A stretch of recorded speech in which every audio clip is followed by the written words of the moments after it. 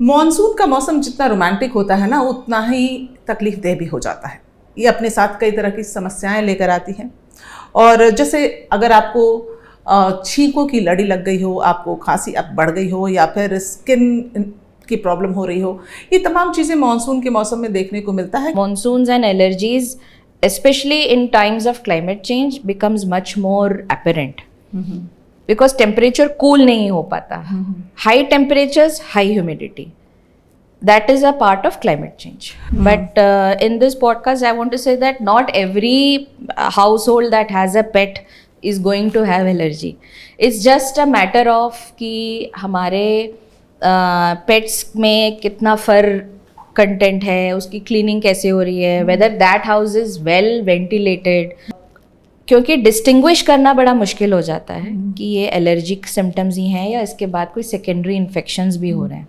अगर किसी को हफ्ता 10 दिन से लगातार सिम्टम्स हैं, नॉर्मल, देखिए हर कोई घर पे एंटी एलर्जी की गोली रखता है आज के टाइम पे, तो वो एटलीस्ट 3-4 डेज तो नॉर्मल टेंडेंसी होती है कि आप खा लेते हो।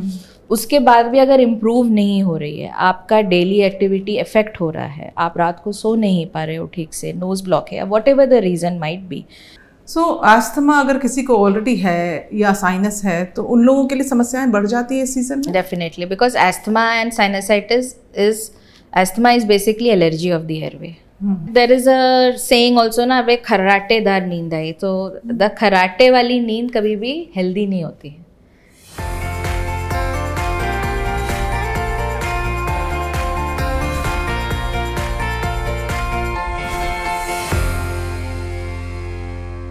नमस्कार, मैं हूं श्वेता रंजन, आप देख रहे हैं बिट्स एंड पीसेस। तो आज के इस एपिसोड में बात सेहत की।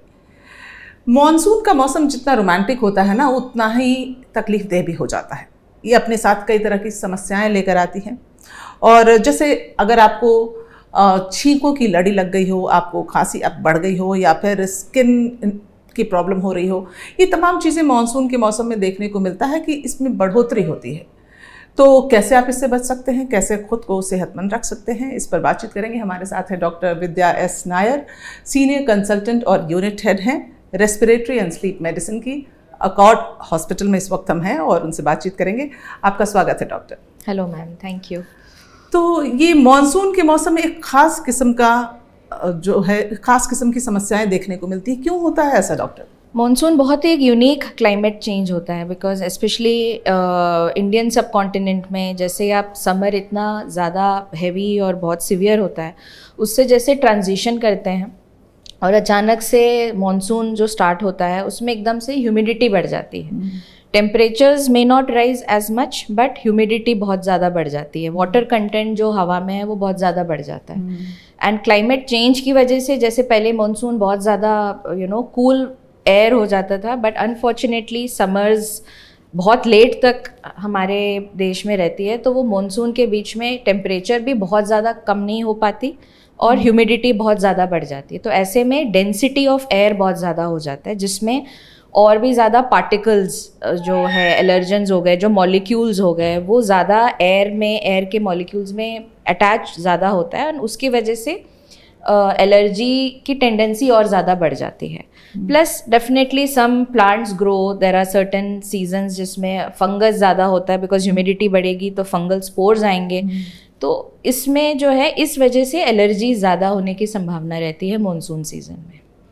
तो इसका सीधा सीधा ताल्लुक ये भी है कि मतलब ह्यूमिडिटी जैसे आप बता रही हैं, लेकिन कभी इस समस्या इस कारण से भी होती है, सॉरी शायद मैं डाइवर्ट कर रही हूँ, कि मॉनसून जल्दी आ गया, तो उसका जब वेदर में सडन चेंज होता है तो भी समस्याएं अलग किस्म की होती हैं। Yes, because climate change is a thing that we have to live with. And जो शायद 20 साल पहले या 30 साल पहले जिस तरह का चेंज ऑफ वेदर्स हमारे बड़े डिस्टिंक्ट होते थे, अब बहुत ज़्यादा मर्ज हो गया है।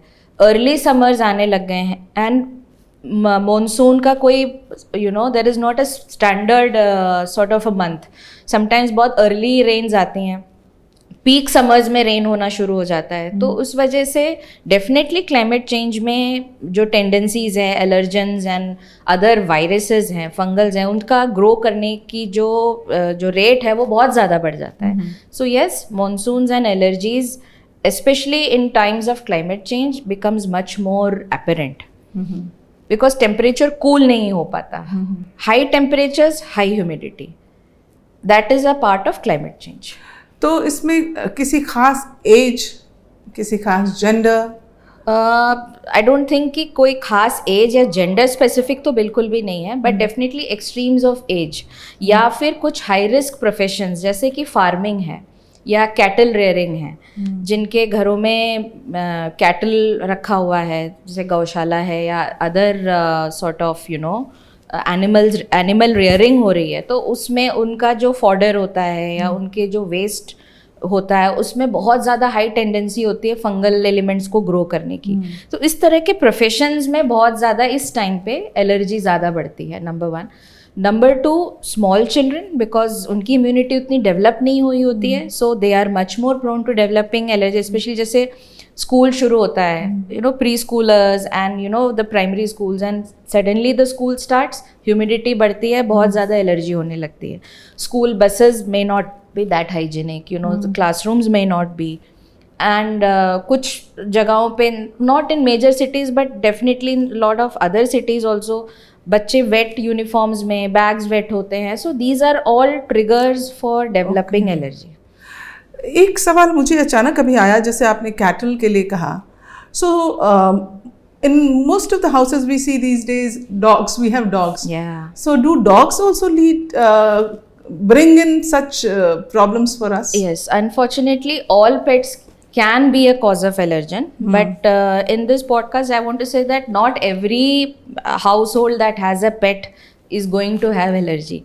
It's just a matter of कि हमारे pets में कितना फर कंटेंट है, उसकी क्लीनिंग कैसे हो रही है, whether that house is well ventilated, धूप आ रही है या नहीं आ रही, all these factors are also should be taken into consideration. Because if you ask the question like whether the presence of pets will cause increase in allergy, so that there is no standard answer for it, because if I say or anyone says ki all pets will cause allergy, that's a very wrong statement for the public.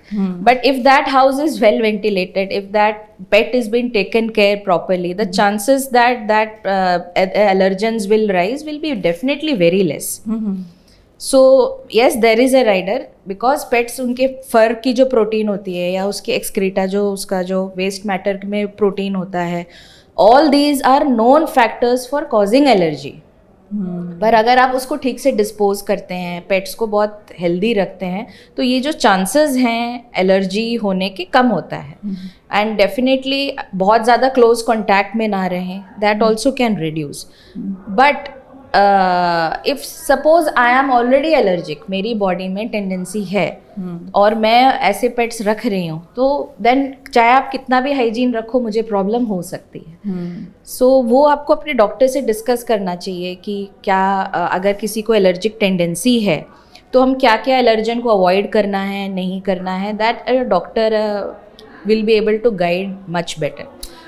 सो ये जो इस season में viral भी बहुत फैलता है, बच्चों में काफ़ी देखा जाता है, तो सीजनल एलर्जी या वायरल इन्फेक्शन में हम डिफरेंशिएट कैसे करें? Very very good question. So seasonal allergy and viral में बहुत सारे सिम्टम्स सेम हो सकते हैं. क्या होता है, हमारे छींकें आना, गला खराब होना, नोज़ ब्लॉक होना, हेडेक फील होना, लो एनर्जी फील होना, all these can be seen in both allergies as well as in viral infections. But because by virtue कि viral वो infection है, so सबसे पहले body एक response देती है, वो है fever. Fever, body aches, भूख कम लगना, जनरल बहुत ज़्यादा थकावट महसूस होना, ये सब अगर ज़्यादा है प्रिडोमिनेंटली, तो वो डेफिनेटली इन्फेक्शन की तरफ इशारा कर रहा है. So seasonal allergy will not cause इतना ज़्यादा, फीवर तो बिल्कुल नहीं होता है, एंड बहुत ज़्यादा मलेज और फटीग भी सीजनल एलर्जीज़ में नहीं होती हैं. सो उससे हम डिस्टिंग्विश कर सकते हैं. क्योंकि ये बहुत रैम्पेंट है इस सीज़न में, बच्चों में ख़ास तौर से ये देखा जाता है. बहरहाल हम अगले सवाल की ओर बढ़ते हैं. कैसे हम अपने आप को ठीक रख सकते हैं जब हमें ये लक्षण दिख रहा है? तो क्या in both cases do we need to see a doctor, both cases? Well, the point is that if anything that is recurrence बहुत ज़्यादा होने लगे, तो डेफिनेटली हमें डॉक्टर से मिलना चाहिए. बट अगर सिम्टम्स सिवियर हैं तो भी हमें डॉक्टर से मिलना चाहिए, कि हम नॉर्मल दवाइयों से रिस्पॉन्स नहीं आ रहा है तो भी हमें डॉक्टर से मिलना चाहिए, क्योंकि डिस्टिंग्विश करना बड़ा मुश्किल हो जाता है कि ये एलर्जिक सिम्टम्स ही हैं या इसके बाद कोई सेकेंडरी इन्फेक्शंस भी हो रहे हैं। अगर किसी को हफ्ता 10 दिन से लगातार सिम्टम्स हैं, नॉर्मल, देखिए हर कोई घर पे एंटी एलर्जी की गोली रखता है आज के टाइम पे, तो वो एटलीस्ट 3-4 डेज तो नॉर्मल टेंडेंसी होती है कि आप खा लेते हो। उसके बाद भी अगर इम्प्रूव नहीं हो रही है, आपका डेली एक्टिविटी इफेक्ट हो रहा है, आप रात को सो नहीं पा रहे हो ठीक से, नोज़ ब्लॉक है, what ever the reason might be, या फीवर आ गया है, कोई और सिम्टम्स आने लग गए, तो डेफिनेटली हमें डॉक्टर को कंसल्ट करना चाहिए, क्योंकि डिफरेंस करना और ये सब तो डॉक्टर का काम है। As a public we should not try to self evaluate, but yes sometimes allergies क्या है कि हम कहीं ऐसी जगह गए वहाँ पे हमें थोड़ा सा डस्ट था, फ्यूम्स था, वहाँ पे ज़्यादा हमें खांसी हुई या छींके हुई, मैं घर आकर के वो ठीक हो गया, या एक एलर्जी की डोज से वो ठीक हो गए, दैट डजंट वारंट कि हम एकदम से तुरंत डॉक्टर को देखें, ऐसा ज़रूरी नहीं। बट हाँ, अगर रेगुलर हो रहा है आपको, मे बी आपके वर्क प्लेस में वो एलर्जन हो, आप डेली वर्क प्लेस पे जाते हैं, वहाँ पे आपको दिन भर प्रॉब्लम रहती है, so then that means that you will need medical help for it. So these are the times when you should consult. तो जब भी हमारे अंदर इस तरह के चेंजेस आते हैं, सपोज स्लाइट फीवर या स्नीजिंग या नोज ब्लॉक, अक्सर क्या होता है कि लोग ना पिल पॉपिंग, खुद के डॉक्टर होते हैं या केमिस्ट के पास हम चले जाते हैं और कहते हैं भैया खांसी हो रही है, दवाई दे दो। Unfortunately in India it was very difficult, कि क्योंकि बहुत सारी चीज़ें ओवर द काउंटर अवेलेबल है। सो देखो, एज पर दी गाइडलाइन तो यही कहते हैं कि हमें जितना हो सके प्रिवेंटिव या लोकल जो मेडिकेशंस हैं, जनरल प्रैक्टिशनर से पूछ के आपने कोई एंटी हिस्टामिनिक जैसे सिट्रोजिन हो गया, एविल हो गया, बहुत सारे और ऐसी दवाइयाँ हैं आप ले सकते हो, उसमें कोई इशू नहीं है।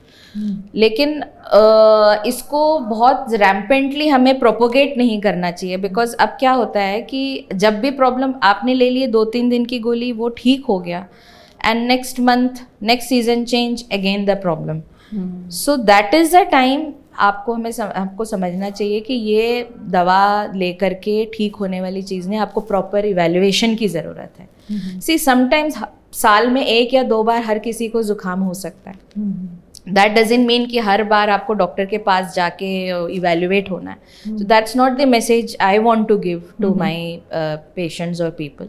बट हाँ, अगर ये रिकरेंस हो रहा है, अब रिकरेंस अगर हर दूसरे-तीसरे महीने में हो रहा है, या हर सीजन चेंज में कुछ ना कुछ प्रॉब्लम रह रही है जो कि 1 डोज या 2 डोज से नहीं ठीक हो रही, या हर बार जब प्रॉब्लम होती है हमें 5-6 दिन की दवा लेनी पड़ रही है, that means we are missing something. That means that patient needs evaluation, that patient needs a very targeted treatment.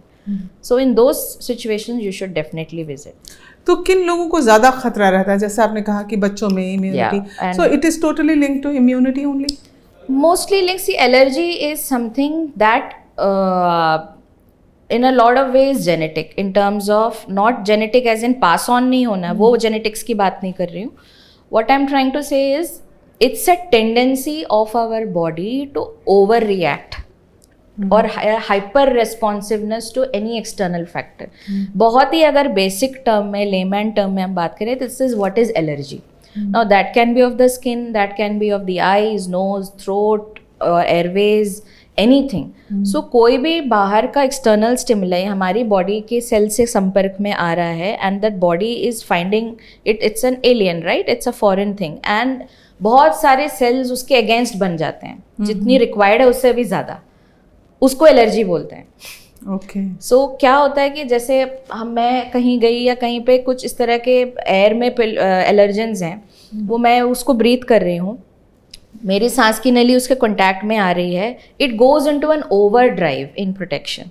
सो आप कैसे चेक करेंगे कि आपको पॉलन से एलर्जी है, डस्ट से एलर्जी है? एग्जैक्टली। सो मल्टीपल चीज़ें हैं इसमें। एक ब्लड टेस्ट है हमारे पास, एलर्जी पैनल्स होते हैं कॉमन एरो एलर्जेंस के अगेंस्ट, हमारा कंप्लीट पैनल है, फंगस के लिए अलग पैनल होता है, some rare patients have food allergies, उसके लिए भी पैनल्स होते हैं, तो that can be done. Plus routine blood test में है एक serum Ig value, just to name one example, उसमें हमें एटलीस्ट ये बेस लाइन पता चल जाता है कि एलर्जी लेवल्स इनके बढ़े हुए हैं यानी, and then we can further evaluate. But किस चीज़ से है ये, कैसे? वो उसके लिए ही मैं कह रही हूँ, उसके कंप्लीट ब्लड टेस्ट अवेलेबल होते हैं क्योंकि उसके वो जो allergens are basically proteins, right? तो उसके प्रोटीन्स के अगेंस्ट हमारी बॉडी क्या रिएक्शन दे रही है, उसके complete panels are available. So we routinely get it done when we think कि हमें इवेल्युएशन की ज़रूरत है। एंड बहुत commonly you will be surprise that in the region where I am practising, lot of fungal allergies, lot of fungal allergies, lot of dust mite allergies. Dust mite is basically हमारे bed और beddings में dust से के अंदर microscopic organisms होते हैं, mites होते हैं, उसकी allergy, that's very common. And ये रिपोर्टेड है इंडिया में कि commonest is dust mite allergies, then fungal allergies, and then certain grasses, क्योंकि रूरल बेल्ट में जब ग्रो होती है तो that is also causing. So these 3 parameters are normally checked, बहुत कॉमनली पैनल्स अवेलेबल हैं अभी हमारे डायग्नोस्टिक वर्कअप पे, so we can get it done. So asthma अगर किसी को ऑलरेडी है या साइनस है तो उन लोगों के लिए समस्याएं बढ़ जाती है इस सीजन में? Definitely, because asthma and sinusitis asthma is basically allergy of the airway.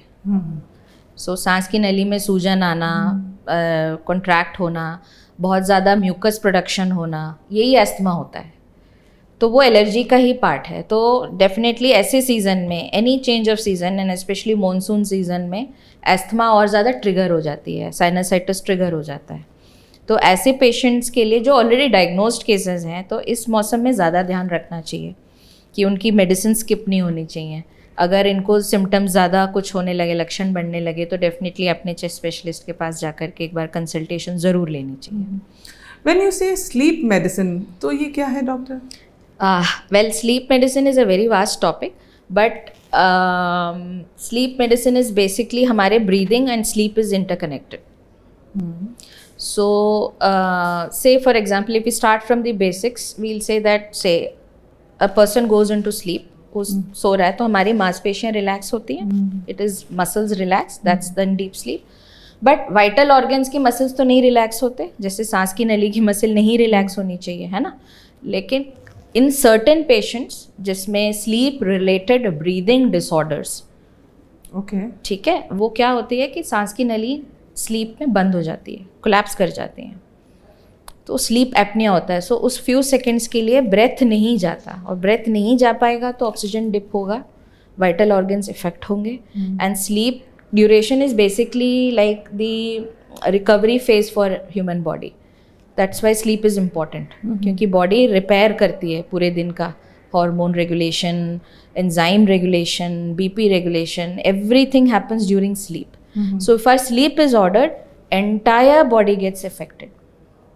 Okay, and another thing, जब नली बंद हो रही है तो उसको एपनिया बोलते हैं हमारे टर्म में, कि नल में ऑक्सीजन फ्लो ही नहीं हो रहा। So for few seconds severe cases में ऑक्सीजन भी लो हो जाता है नींद के दौरान, and that's a disease that we call as obstructive sleep apnea.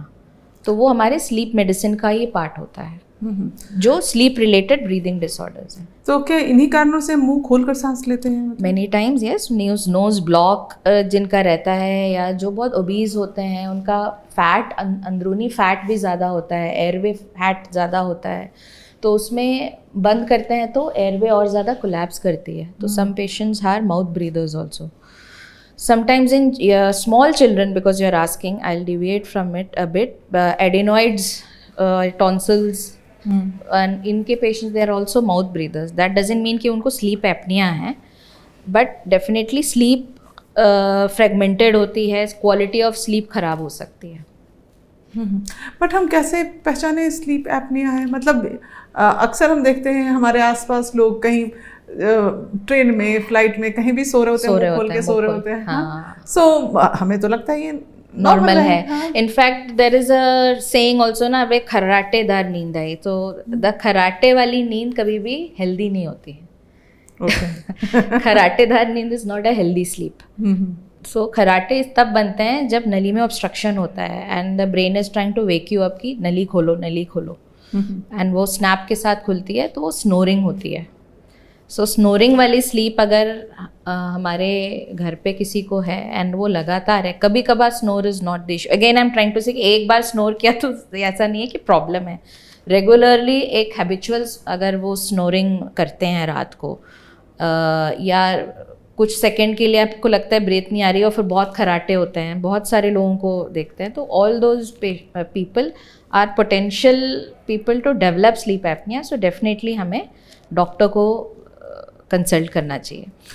सो जैसे हम मैंने सुना है ये कि खराटे लेने वाले शख्स के हार्ट पर सीधा असर पड़ता है। या so that's what I said कि बिकॉज खराटे स्लीप एपनिया के पेशेंट्स में बिकॉज रात को सोते समय ऑक्सीजन लेवल लो रहता है, हो सकता है, and heart rate and BP variation, autonomic dysfunction बोलते हैं उसको, क्योंकि वो नहीं होगा तो heart, brain and lungs, 3 vital organs are affected. जो साइलेंट कार्डियक अरेस्ट, नींद में कार्डियक डेथ हो जाना या स्ट्रोक हो जाना जिसको बोलते हैं, ये सब का 30% to 35% chance is undiagnosed sleep apnoea.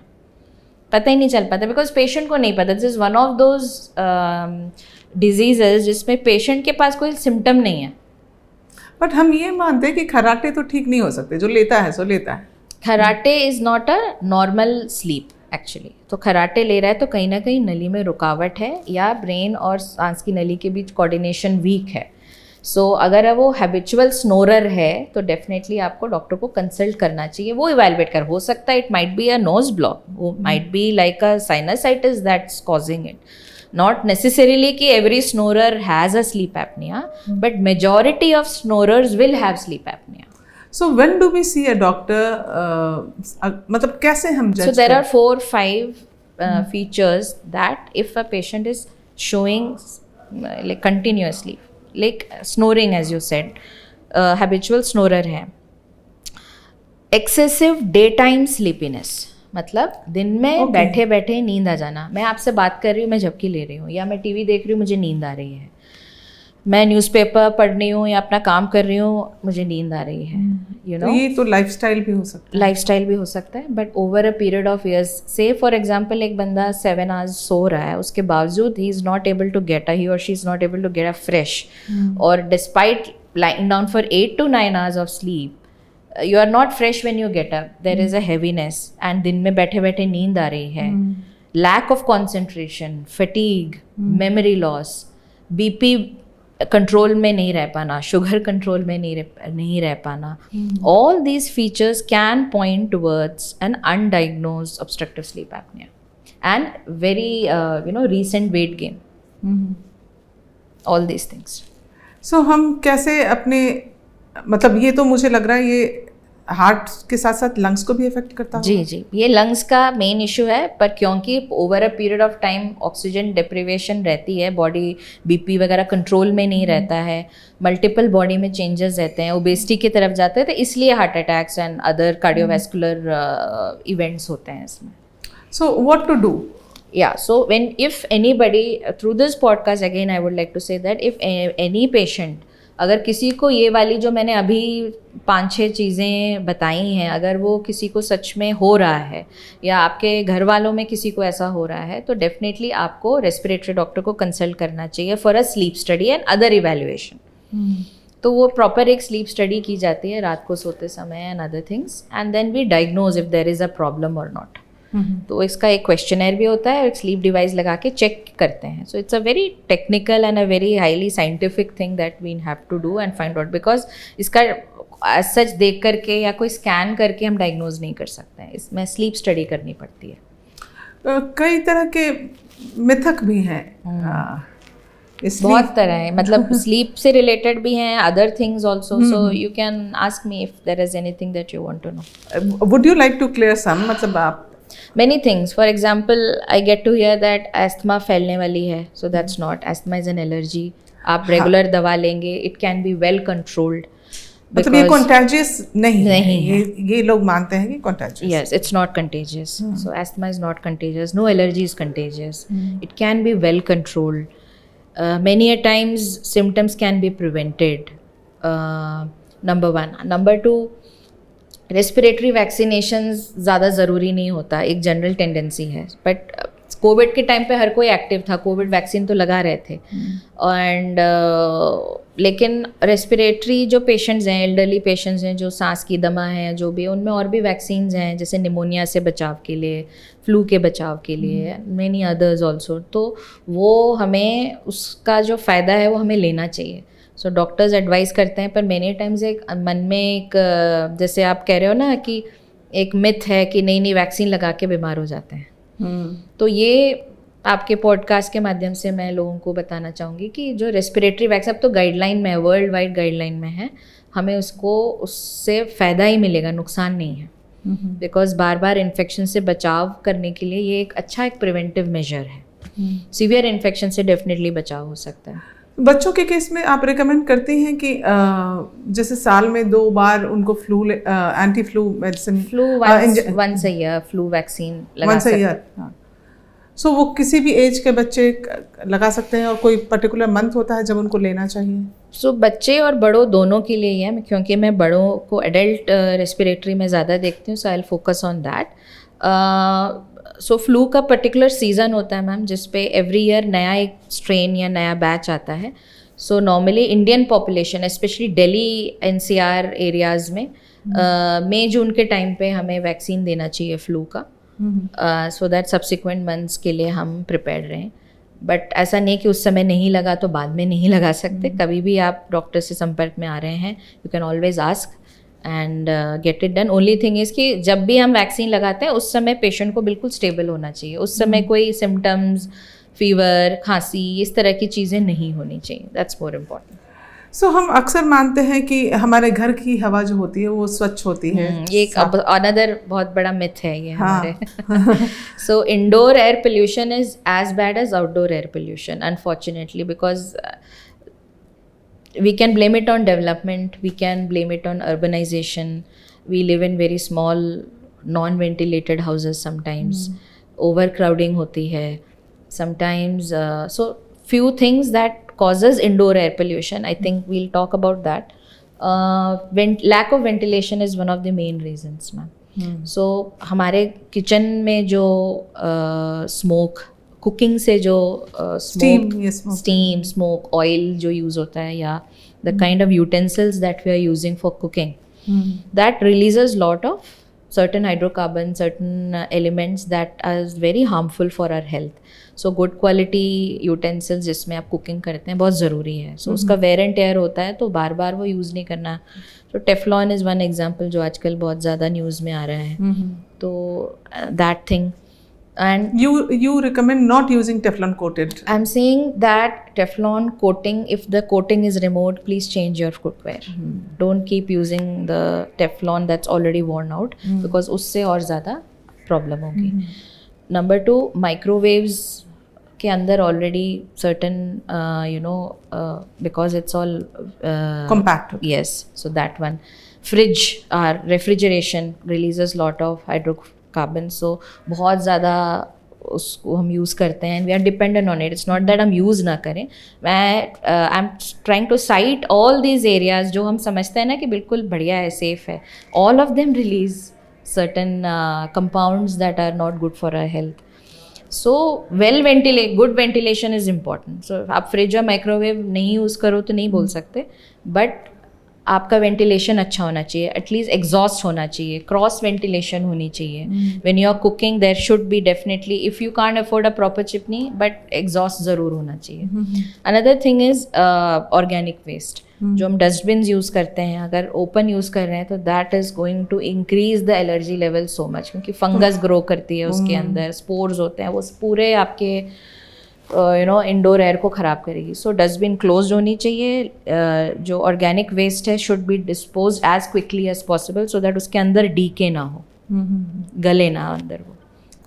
certain paints that we use, certain varnishes, polishes, all of them are very bad compounds, क्योंकि उसमें volatile organic compounds release होती हैं।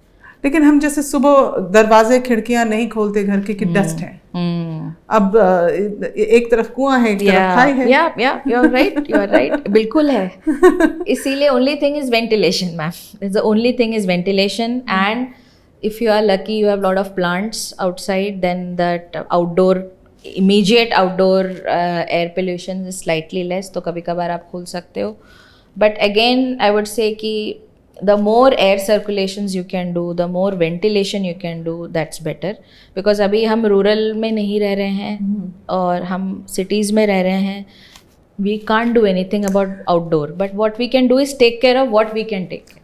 But we depend a lot on I think since COVID days वो या जो दिल्ली और यहाँ की हालत हो जाती है, गुड़गांव की जो पोल्यूशन. नहीं, आपको डोर नहीं खोलना. हम in fact we say that during winters specially जैसे एयर क्वालिटी खराब होने लगती है, we strongly recommend not opening. So humidifier या air purifier they work? Yes, air purifiers do help, but it can never be mentioned in a general perspective or in a guideline, because see, everything has to be for the masses. So I can sit here and talk कि air purifier लगाओ, but is it cost effective? No, not. General public को तो हम हर किसी को नहीं बोल सकते ना आप घर पे एयर प्यूरिफायर, और हर कमरे में आप नहीं हर कमरे में नहीं लगा सकते. इस तरह के कमरे नहीं है हमारे, हम खुला रखते हैं. सो yes, maybe if there is somebody who is sick at home, or maybe somebody जिसको already respiratory problems हैं, old age के patients जो अपने कमरे एक आध कमरे में रह रहे हैं, उनके आप लगा रहे हो तो that is definitely going to help. Like there's a newborn at home, it's going to help. So yes, for patient के डिमांड्स के हिसाब से, पेशेंट के रिक्वायरमेंट के हिसाब से we can definitely guide. But yes, air purifiers do help, but as a standard protocol I don't think it will be we can mention it for, लेकिन हर किसी को एयर प्यूरिफायर लगाना चाहिए. हाँ, लेकिन जैसे हम बोलते हैं कि बाहर बहुत डस्ट है, और घर में हमने चलिए एयर प्यूरिफायर लगाया, सब लगाया, घर के अंदर की हवा को ठीक की, लेकिन बाहर अब बहुत कॉन्ट्राडिक्टरी होता है जब डॉक्टर्स ये कहते हैं कि नहीं, सेडेंटरी लाइफस्टाइल हो गया है, एक्सरसाइज करनी चाहिए. अब एक्सरसाइज करने जाओ बाहर नहीं जा सकते. सो जब बाहर की हवा खराब हो, दूषित हो, नहीं जाना चाहिए.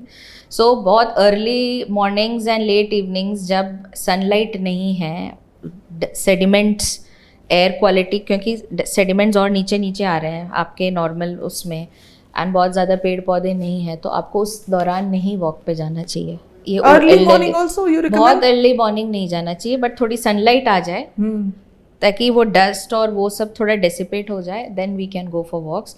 But inside also I tell my patients जो रेस्पिरेटरी पेशेंट्स हैं कि घर के अंदर हम एक्सरसाइज स्टार्ट करें, लिम्ब मूवमेंट्स करें, वॉकिंग करें, ब्रीदिंग एक्सरसाइजेस करें, प्राणायाम करें, योग करें, विच इज़ गुड. बाहर जाके चलना अगर ज़्यादा हमें नुकसान देगी तो हमें घर के अंदर ही कुछ ना कुछ मेजर्स, सेकेंड ऑप्शंस करने चाहिए. और लंग्स की कैपेसिटी को बढ़ाने के लिए क्या रिकमेंड करती हैं? So we have respiratory devices, जैसे इंसेंटिव स्पायरोमेट्री वगैरह होती है, ब्रीद इन, वो बॉल ऊपर उठती है, सर्टन वो वाले आजकल हर जगह अवेलेबल है. यूट्यूब में भी बहुत सारे वीडियोस देखते हैं. that anyone can do at home. That anyone can do, but I say do pranayam. Do pranayama, do breathing exercise. कुछ नहीं, आप मल्टीपल साइजेस के बैलून्स लीजिए, उसको फुलाइए दिन भर बैठ के, स्मॉलर से लेके बिग तक, और birthday मनाइए. Why not? It's a very cost effective way is doing the same thing.